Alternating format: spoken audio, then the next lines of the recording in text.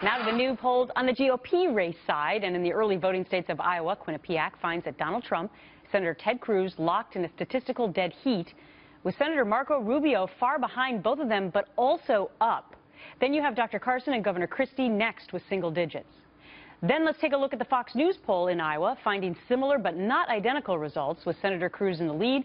Donald Trump still within the margin of error, though. This is Senator Rubio, Dr. Carson, and Governor Bush round out the top five. Joining me now for analysis, Chris Stirewalt, Fox News digital politics editor and the author of Fox News First. All right, so when we look at these polls, it looks as if Ted Cruz and Donald Trump are pulling away from the others, at least in Iowa. But, I think it's interesting that Rubio has gone up 2 or 3 points, but is he just too far behind? Well, here's the deal. When it comes to Marco Rubio, the name of the game is he just has to survive all these people who are trying to kill him, hammer and tongs, red in tooth and claw, they come for him. His former mentor, Jeb Bush, Chris Christie, others who believe that if they could just destroy Marco Rubio, they would have the chance to be the last sort of credentialist or establishmentarian who is in the Republican nominating process. Because remember, those individuals will have serious advantages in the home stretch, not just in the way of where the delegates are and what states those delegates are from, but also in the resources and when electability becomes a concern. So the name of the game for Bush, for Christie, for others is get Marco. And what these polls tell us is it's not working. Rubio is starting to slip away from them, and you can expect to see their efforts to drag him down redouble. Okay, interesting. All right, now I want to go now to the Monmouth poll. There are a bunch of them coming out in the last few days. It says that 32% of the people are completely decided on who they like as their candidate. It's interesting, though, Chris, because in November that number was only at 20%.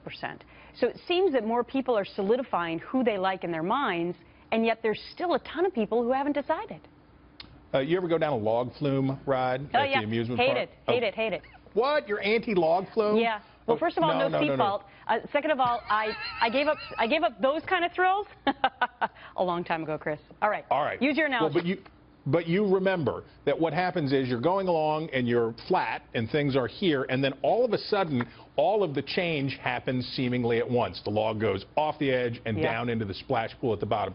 We are just getting ready to start to go over the edge, and we will see where the log ends up. So when we talk about these polls, we talk about all these things, we have to bear in mind that things are getting ready to change a great deal in the next 5 weeks. That would actually be a good thing, to put all the candidates down the log flume and see which ones are, a lot of politicians, people smiling, like to see and which people have the look of fear of God in them, like I do when I get on the thing. Okay, time now for the 2016 Power Index. Senator Ted Cruz stays at number 1. Senator Marco Rubio stays in number 2 slot. Donald Trump next in the number 3 spot. This is Governors Jeb Bush and Chris Christie switch places, and Bush moving up 1 to number 4, Christie moving down to number 5. Governor John Kasich, who was previously unranked, comes in now at number 6. He knocked Carly Fiorina out of the index. Explain it, sir.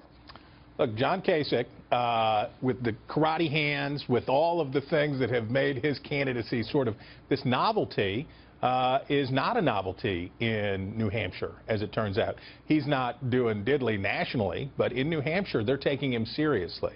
And they care about it. Now, remember, the reason New Hampshire is good for a certain kind of Republican is because it's an open primary. Democrats, independents, and Republicans can vote in that primary.